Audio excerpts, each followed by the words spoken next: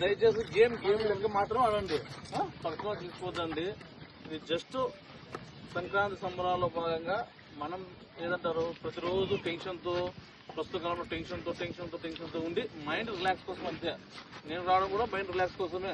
ఏదో మీ అందరితో 10 నిమిషాలు కేటాయిస్తే మాకు ఆ వాడు కొట్లాడే ఆమె కొట్లాడే ఏమో కొట్లాడే అవన్నీ పోయి కొద్దిగా ఫ్రెష్ అవుతామని. అంతేగాని మళ్ళా దీంట్లో ఒకరితో ఓడిపోయినాము అని వాళ్ళ మీద కక్ష ఉంచుకొని మన ఆడ చూసుకుంటారు, ఆడ బ్యాట్తో కొట్టుకొని మళ్ళీ మీ వాళ్ళు ఇటుకు వచ్చి వాళ్ళు ఇటుకు వచ్చి ఆ పంచాయతీ పెట్టుకోకుండా జస్ట్ రిలాక్స్ కోసం అంతే. ఓకేనా? అట్లా ఆడండి మ్యాచ్. మేము కూడా రిలాక్స్ కోసం ఆడతాం. కొడతాం మాకు తెలిసినా ఓడిపోయినా మాకేం అసలు లేదు. జస్ట్ అంతే. దాంట్లో వృద్ధులు ఉన్నారు సార్, క్రీడాకారులు, వృద్ధ క్రీడాకారులు ఉన్నారు. మన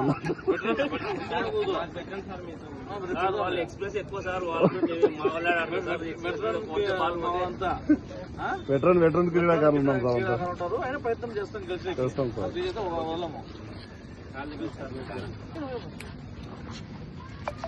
చెప్తారు సార్.